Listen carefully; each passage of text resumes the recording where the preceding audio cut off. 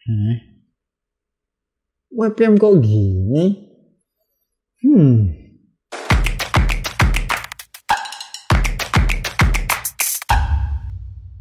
Hai, back again with Pengurus4 dengan gue Rifki.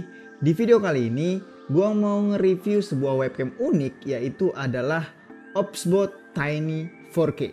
Webcam ini unik banget karena dia sudah dilengkapi dengan gimbal dan AI yang dimana fungsinya adalah untuk nge-tracking kita saat berada di depan kamera.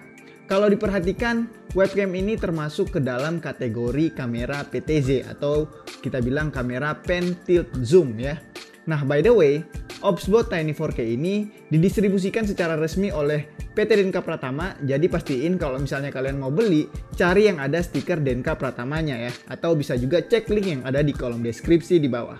Saat pembelian, boxnya itu seperti ini. Dan ketika dibuka, di dalamnya ternyata masih ada box lagi. Dan kalau dibuka lagi, baru ada sebuah case yang berisi webcam dan aksesorisnya.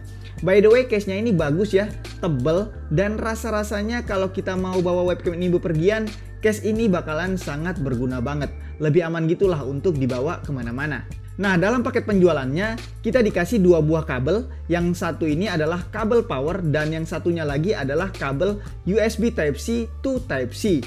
By the way, kalau kalian makainya di laptop atau di komputer, kalian hanya perlu pakai kabel Type-C-nya aja, nggak usah pakai kabel powernya, karena kabel Type-C-nya ini juga sudah dapat menghantarkan power untuk menyalakan webcam ini.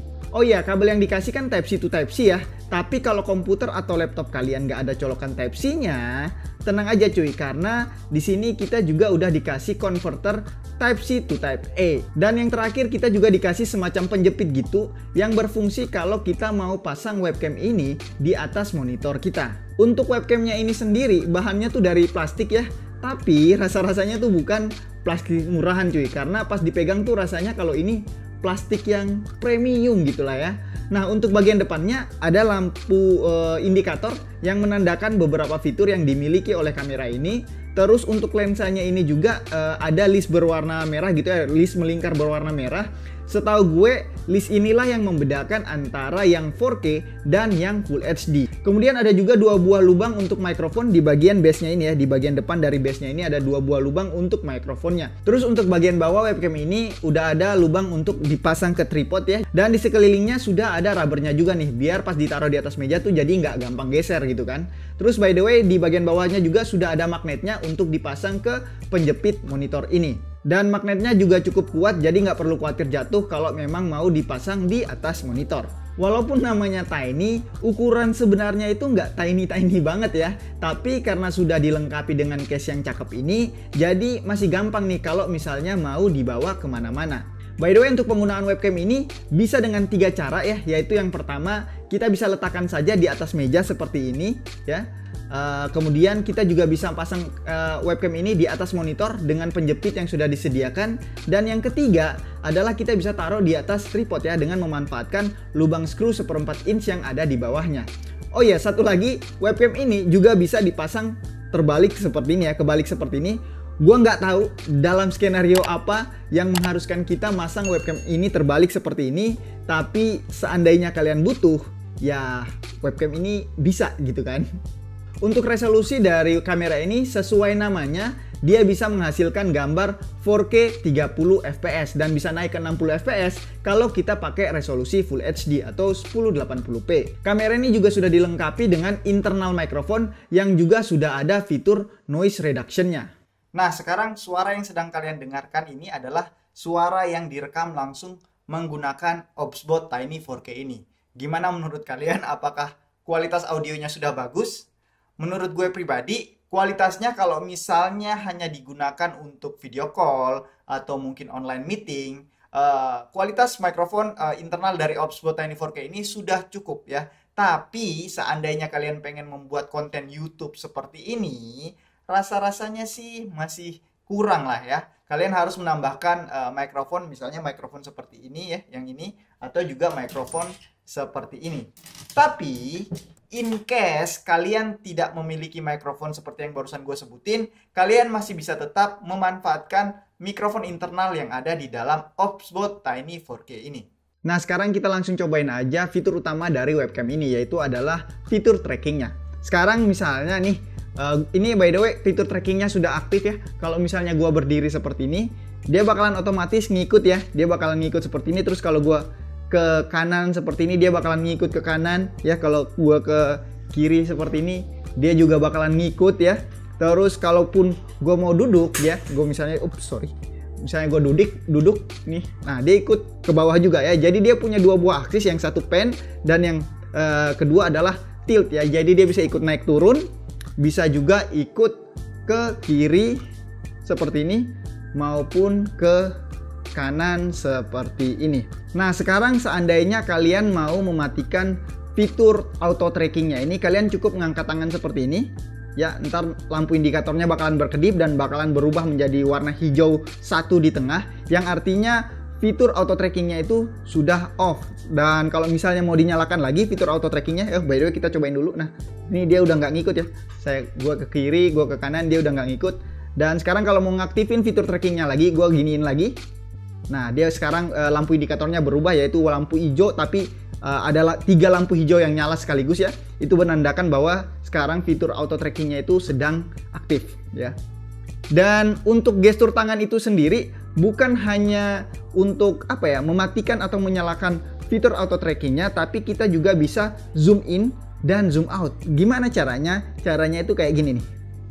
Nah kalau kayak gini dia bakalan langsung zoom in ya. Dia bakalan zoom in. Sekarang kalau gua kayak gini lagi, nah dia bakalan zoom out ya. Nah untuk fitur zoom ini ya, kalau gua kayak gini kan dia ngezoom kan. Nah fitur zoom ini bisa sampai 4 kali zoom ya, tapi nanti harus diatur dulu lewat aplikasinya. Jadi kita harus ngasih tahu dulu kalau kita ngasih tanda seperti ini, dia mau zoom berapa kali nih, apakah 2 kali, 3 kali atau 4 kali. Kita harus setting dulu di aplikasinya, baru kameranya bisa mengikuti seberapa banyak zoom yang kita inginkan.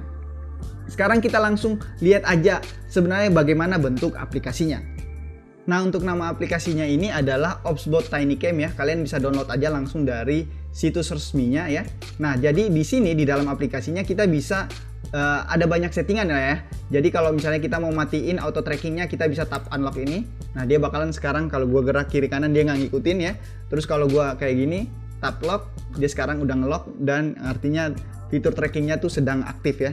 Nah jadi selain dengan gestur tangan, kita juga bisa mengaktifkan atau menonaktifkan fitur auto trackingnya ini menggunakan aplikasinya ini ya. Terus untuk zoom nih, kalau gua zoom sampai 4 kali bisa seperti ini ya. Wow. Ini kayak gini aja, 1 kali dulu aja ya. Terus selanjutnya kita juga bisa mengatur arah kameranya menggunakan joystick virtual seperti ini ya. Nah ini bisa atas bawah kiri kanan bisa diatur ya. Dan di bawahnya sini ada presetnya ya. Presetnya ini adalah untuk menentukan lokasi atau menyimpan memori lokasi kameranya gitu ya. Jadi kalau misalnya preset location 1 gue udah setting seperti ini ya. Jadi ini adalah preset location 1. Kalau gue ke preset location 3 dia bakalan ke atas karena memang gue setting location 3 itu ke atas gitu ya. Gue balik lagi ke preset location 1 dan dia bakalan balik lagi ke tampilan muka gue. Ini karena emang gue udah setting seperti itu ya. Dan settingannya masih ada banyak lagi kalau kita klik tombol setting yang ada di sini. Nah sekarang dia udah muncul ya. Kalau kita lihat di sini ya, ada yang namanya device auto sleep. Jadi kalau misalnya nggak kepake, kalian mau auto sleep bisa ya diatur apakah 30 detik, 2 menit atau 10 menit, atau bahkan nggak mau di sleep sama sekali ya bisa juga ya, dinonaktifin aja. Tapi kalau gue 2 menit aja. Terus kemudian kalau misalnya kalian tidak mau gestur tangan ini kebaca oleh kameranya gitu ya, biar dia nggak ngikutin. Siapa tahu kalian pas lagi presentasi tangannya sering gini dan sebenarnya tidak sengaja untuk mengaktifkan atau menonaktifkan fitur trackingnya ini, kalian bisa matiin aja di settingannya ini ya. Jadi sekarang kalau gua kayak gini dia udah nggak bakalan lagi ngikutin nih ya. Kayak gini atau kayak gini dia udah nggak ngikutin nih kan ya.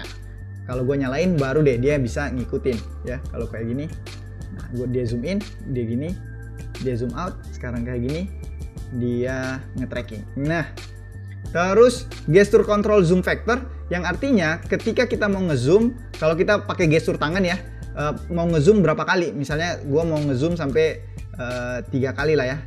Berarti sekarang kalau gua pakai gestur tangan seperti ini, dia bakalan langsung auto zoom sebanyak 3 kali ya. Kalau gua kayak gini lagi, kalau gua kayak gini lagi, nah dia balik lagi gitu ya. Dia zoom out lagi seperti itu. Kalau gue sih tapi kebanyakan kalau 3 ya. Biasanya sih di sekitaran, kalau di kamar gue karena studio gue juga kecil, biasanya di 1,4 1,3 udah cukup. Kemudian untuk tracking mode ini, by the way tracking mode ini juga ada beberapa mode ya. Yang pertama ada headroom mode, standard mode, dan motion mode. Untuk headroom mode ini berarti dia bakalan menyisakan sedikit headroom, ruang headroom ya, di atas kepala sini. Jadi kalau gue naik, gue berdiri seperti ini, nah dia masih tetap menyediakan headroom ya di atas sini. Kalau gue duduk juga seperti itu, seperti ini ya.